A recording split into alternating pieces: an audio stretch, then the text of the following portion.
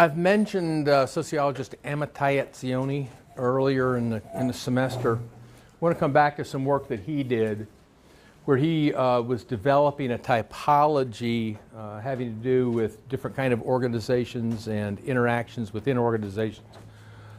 And one of the things that he was doing was to differentiate organizations by the kinds of power that at any particular level or department within the organization was being emphasized, and then the kinds of involvement that were being elicited. Now, a couple of things here. One is you're going to see some kind of semi-crude relationship to the French and Raven typology over here, where normative is largely symbolic power.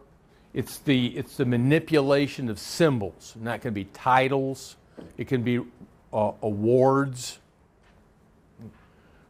Remunerative power in Etzioni's typology involves the manipulation of material or economic resources. So this would be raises or bonuses, benefits, and coercive power relates to the manipulation of physical kinds of resources. Corporal punishment, for example, comes to mind. Now, remunerative would also involve loss of pay here, for example, because again, we're talking about economic or material resources. The types of involvement bear some relationship to the compliance of Donald Warren.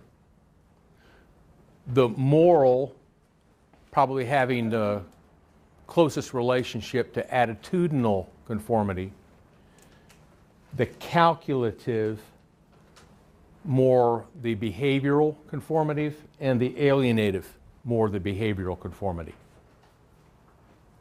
The alienative what? Alienative involvement here for Etzioni would probably relate to the behavioral conformity of Warren.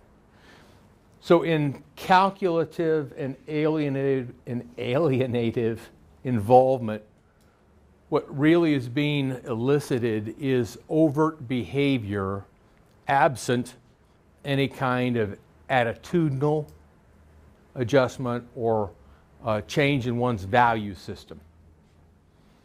Whereas with moral involvement, it's in fact a change in values, a change in attitudes, perhaps a change in opinion as well. Now, what Etzioni makes clear here is that no organization operates with only one type of power. Organizations employ a variety of types of power, and they employ them differentially. Etzioni argues that you're much more likely to experience coercive power if you're in the lowest levels of the organization, if you're dealing with the lowest participants in an organization. You're more likely to be experiencing normative power and, to some extent, remunerative power the higher up you are in an organization.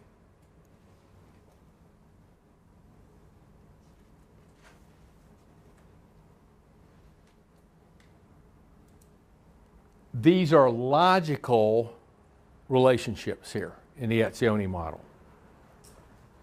And yet, problems can occur, just as we saw in Herzberg's theory of motivators and hygiene factors, when something is intended to elicit a certain kind of response and instead perhaps is overemphasized or used incorrectly or naively and elicits something other than that.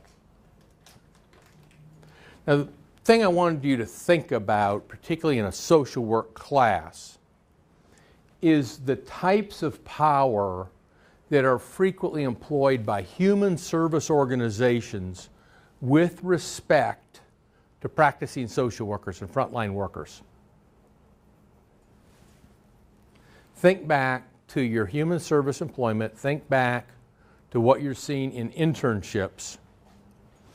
And what are managers attempting to manipulate primarily by way of eliciting performance from their social workers, caseworkers, and others? Are they offering them big raises? Are they offering them big salaries? Are they offering them bonuses?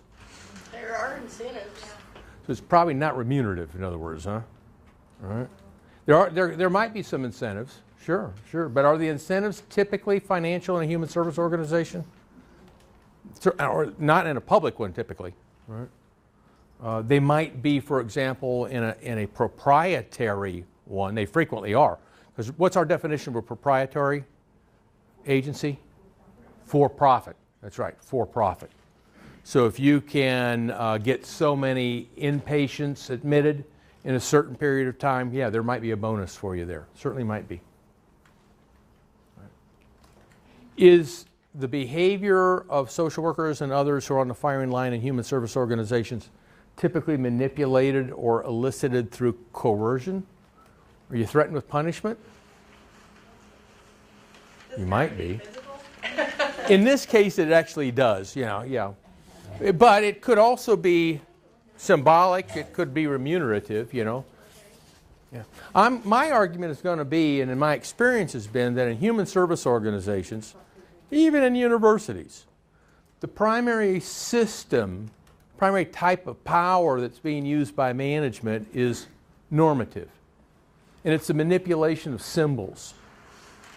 So if you looked at that and you looked at the symbol, you going back to the reading again, the hand skill, you look at symbolic, the way they manipulate, and you see women primarily as caregivers in those roles. Yes. Who are paid less and seen as subordinates.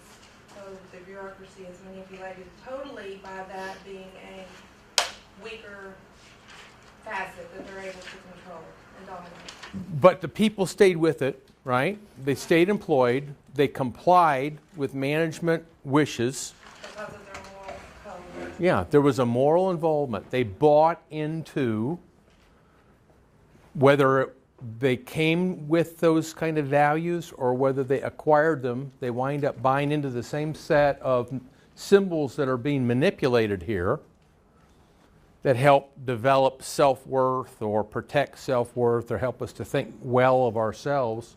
Right? When you're emphasizing normative power, by definition, you're de-emphasizing remunerative and coercive, are you not? If you're effective in the manipulation of symbols, you don't have to be as focused on remuneration, and you certainly don't have to be as focused on coercion. Now, for the most part, physical punishments for staff people are verboten. So, in the human service field, at least with respect to employees, this is largely eliminated. Right? So it's the manipulation of material resources and economic resources, or the manipulation of symbolic. I see very, very little manipulation of remunerative services or remunerative power, remunerative reward systems in nonprofit, private, and public human service systems. But I see a great deal of manipulation of symbols. Yes? Where does, I don't even know how to word this really, like your boss being unhappy with you, not punishment, but like that, like emotional, social punishment. Does that fit here at all? It could fit several places. It could fit here, I think, or it could fit here.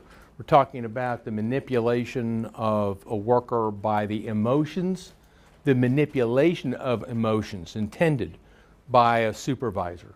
I'm disappointed in you. I'm disappointed in you. It's not physical, but at some level it hurts, right? Now, there's a symbolic element to that, and there's an emotional element to that. Again, it's not physical punishment, but there are ways of hurting people without striking them. Because I see that where I am. Mm-hmm. Mm-hmm. Especially if you're ostracized by others in your little group because they know the boss isn't mad at you, so they distance themselves from you so that they're not lumped into the same. And if you're talking about ostracism by members of an informal group, you're talking about one of the more powerful methods that the group can bring to mold individual behavior within the group, are you not? So you're also then experiencing the group as a kind of counterbalance to the individuation that you may have expressed, and this tempered against the behavior of the boss and the perceptions of what the boss likes or dislikes. Gives power to the boss for that manipulation. Mm-hmm. They're aware of that informal group process that's happening.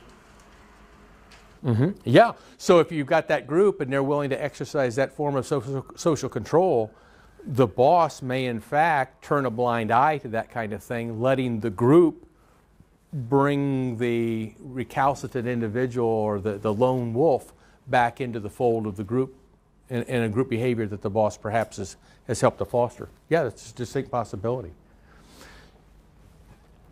As you as social workers, did you get into this major because you're going to make big bucks? All right. So are you saying that remunerative rewards may not be as important to you as they are to other individuals? Right? Perhaps people are going into business or something like that. It's quite likely. You know, not everybody comes to social work. Would you say that the typical social work major is kind of set up to be more easily manipulated through normative power, the manipulation of symbols, than perhaps some other individuals might be? As, for example, perhaps the business major? Yeah, I think that's a possibility. I mention this because I want to alert you to a vulnerability that many of us have, and that is a susceptibility to being manipulated through the orchestration of symbols and at the expense of more realistic, more fair or equitable remuneration or other kinds of rewards. Said differently, we're suckers for it.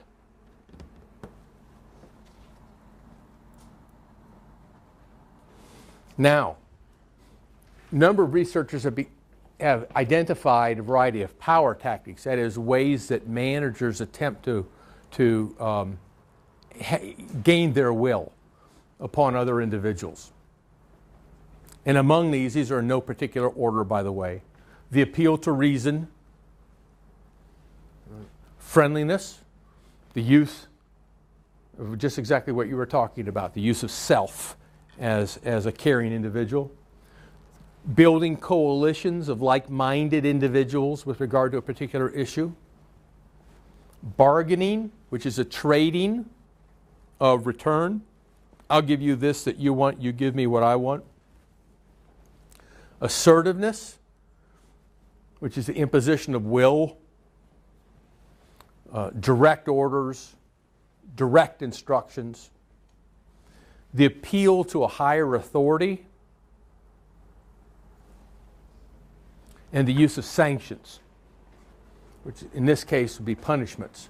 They could be symbolic, they could be economic, they could be physical. Now, these same researchers, looking at what managers do, find that there's an array of most popular to least popular kind of strategies or tactics that one could use.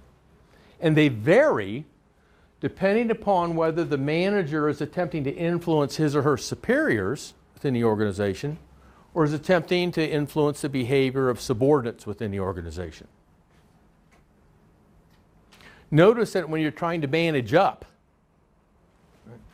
appeal to reason, building coalitions of others at your same level of the organizational hierarchy, friendliness are paramount. Look what's at the bottom. Assertiveness, as one might expect logically, hard to assert yourself against somebody who is positionally superior to you. And appeal to a higher authority. Again, pretty tough to do since your boss might be one of those people of higher authority, has those relationships, or has perhaps easier access to those folks than you might. Notice when working with and attempting to influence the behavior of subordinates. Again, appeal to reason. Appeal to reason first, most popular. But now, followed by assertiveness. And if you think about it, in a formal organization where power is intendedly distributed differentially across positions, right, if reason doesn't work, then doesn't it kind of make sense that your next step would be to cut through all of the time-consuming other stuff that you might have to do and just to fall back upon the positional authority? Look, I've given you the reasons, I've explained it to you, you still don't want to do it, but you can't present me with any reason why not that I can accept, so do it. That's my instruction to you. I'll look for the result in the next day or two. That's the kind of thing here. Friendliness, coalition. Notice the very last choice still would be sanctions as some kind of punishment. Least popular method of managers when trying to influence subordinates. And oh, look what's entirely absent when you're attempting to manage up. Sanctions. What do you have? Right? You don't have those available to you. Now the interesting thing is about this research is that there are also contingency variables. For example, one of the contingency variables is simply the relative power of the manager compared to the others. And also the culture of an organization. And the manager's perceptions of personal effectiveness. What you'll find is that even when trying to influence subordinates, those managers who have found through history that they're relatively impotent within the organization may not even get to this level right here. After appealing to reason, if they're not successful, shrink back into your office, live to fight another day.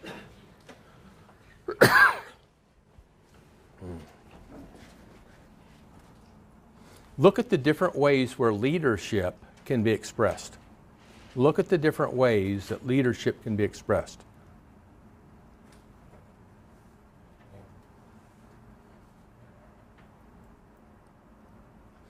Now, we're still talking about power here. We've been talking about power as expressed individually within an organization.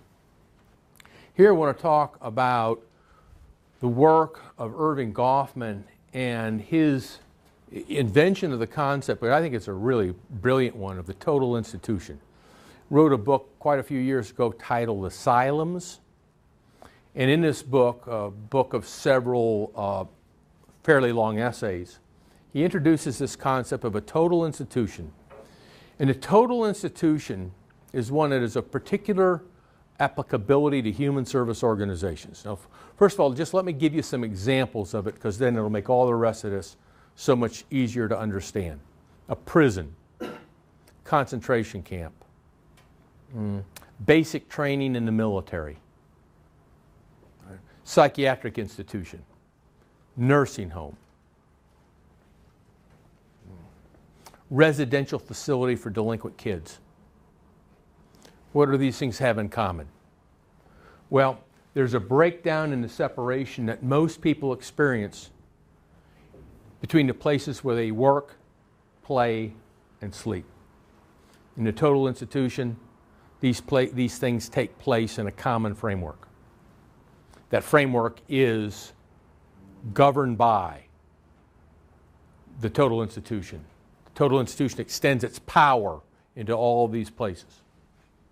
The daily activity of individuals who are the lower participants of the total institution are regimented and take place in groups in company of others who are similarly situated.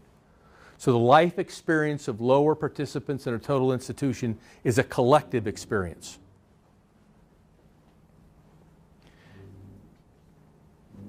These activities are organized into what's regarded by the elite within the total institution and by those who sponsor the institution as a rational plan to fulfill official goals of the organization.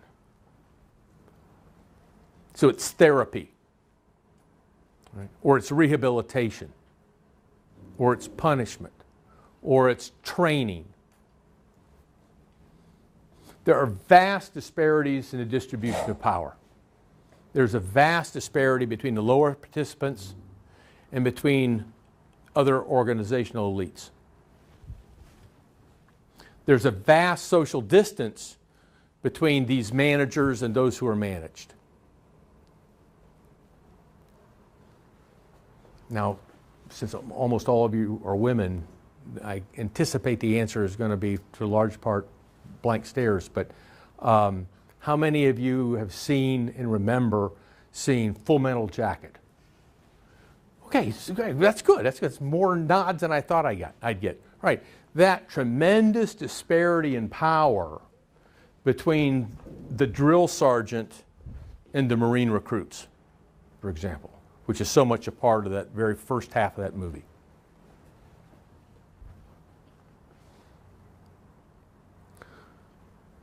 There are vast disparities in the cultures and identities of people who are part of the total institution, especially those who are the lowest participants. All organizations over time develop cultures. In a total institution, the culture of the lowest participants will also largely define their identities. So if you're a recruit, there will also be symbols that are associated with that identity. Right? The shaved head, for example, for inmates, for prisoners, for new recruits, etc., particularly if you're male. Right? The uniform that one wears. Right? The mandatory behaviors that are expected. Saluting, pressing oneself up against the wall in a prison, walking within a very restricted space in hallways, etc. Right? Enforced silences, etc. Okay. Now what's interesting too is that in a total institution, the two cultures, because they coincide with one another, will eventually trade with one another in a variety of ways. So there might be trading in terms of symbols, there might be trading in terms of rewards or punishments, and so this is largely a part of the underside, the backstory of the total institution. They're not this interaction. There's a formal interaction that takes place, but there's also going to be a hidden or an informal interaction that will take place. And that will give as much significance, that will be as important to those lower participants as the formal interactions are.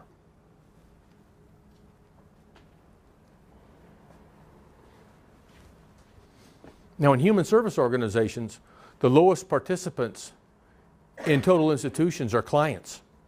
Now, we might use different words for them. They might be patients, they might be inmates, or whatever. But they're very, very much the raw material that it lies at the heart of human service work. And yet, if we're talking about social work concepts like meeting the client where the client is, and client self-determination, and empowerment, boy, you know, you have to be careful in the way you use those words when you're talking about the relationship between providers or the manipulators of organizational change technologies and people who are lower participants in total institutions. Have any of you ever worked in a total institution? Or a thing that you would regard as a total institution? I was just going to say, in my last semester internship was at the Board of Probation and Parole, and there were certain, when you were talking about cultures and identities, things like, you know, if one of the guys in the relapse prevention group needed to use the bathroom, they weren't permitted to walk up the hall, so they had to be escorted up. Or if they were lined up and they were going into the room where the class was to be held, and someone else passed them that was not an offender, they had to stop, stand against the wall, and let that put their hands to their side. Yeah, and that would clearly be an expression of the kind of thing that one would expect in a jail or some kind of correctional facility. That's exactly right. How about anybody else? I worked in a boys' group home. Worked in a boys' group home. Describe what you see in terms of its relevance to a total institution here? They had to wear certain outfits. Wearing uniforms of some kind? Uh-huh. Yeah. They were responsible for cleaning things, but there was a set way of doing it. They didn't have access to the cleaning supplies, so we had to get, that stuff tore down. Mhm. They had to ask Permission for everything, sure. To do something. Sure. And the cleaning they had to do, is that because the facility couldn't afford maintenance people, or was there some other kind of message here? It was part of just, learning to take care of your environment. Mm-hmm. Mm-hmm. Basically, it's part of that discipline. And many times there's an effort in total institutions too to break the individual down as is, break them down to where they hit rock bottom, and then through these enforced activities organized into a rational plan begin to rebuild the individuals in ways that are seen as more socially appropriate. Mm-hmm. I worked in a men's substance abuse treatment facility where they were there 28 to 60 days. And we also had a detox in the facility as well. So we had regimented activities. At one point, they couldn't go to the bathroom without permission. Mm-hmm. Mm-hmm. They can't go smoke without a tech. Let's see, distribution of power, they have to put in a request to get any resources they may need. That's along the lines of self-determination. There is a large distance between the managers and managed, because they would know stuff that was going on that we wouldn't know. Yet we were all there all the time, and we still wouldn't know it. Yeah. And then difference in culture and identity is definitely a big one there. And in terms of the identity within a total institution, I'm talking now again about the lowest participants here, and you'll notice that I'm referring to these people as lowest participants, even though they're probably not getting paid to be there many times. They're not an employee sometimes. Sometimes they are. You're getting paid to be in the military. You're an employee of the military, but you're still the lowest participant there. But the identity for the lower participant in a total institution is largely an imposed identity. It's very, very much an identity that's crafted by those in power in the total institution or those who sponsor it, even have greater power. And then every effort is made to impose that identity upon the lowest participants.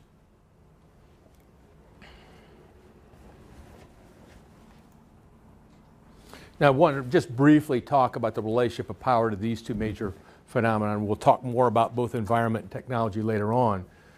But we've already mentioned that if you can predict, if you can gain some level of control over events in the environment in such a way that you facilitate goal achievement for your organization, you're likely to gain power. So control over salient, critical, relevant parts of the environment is a source of power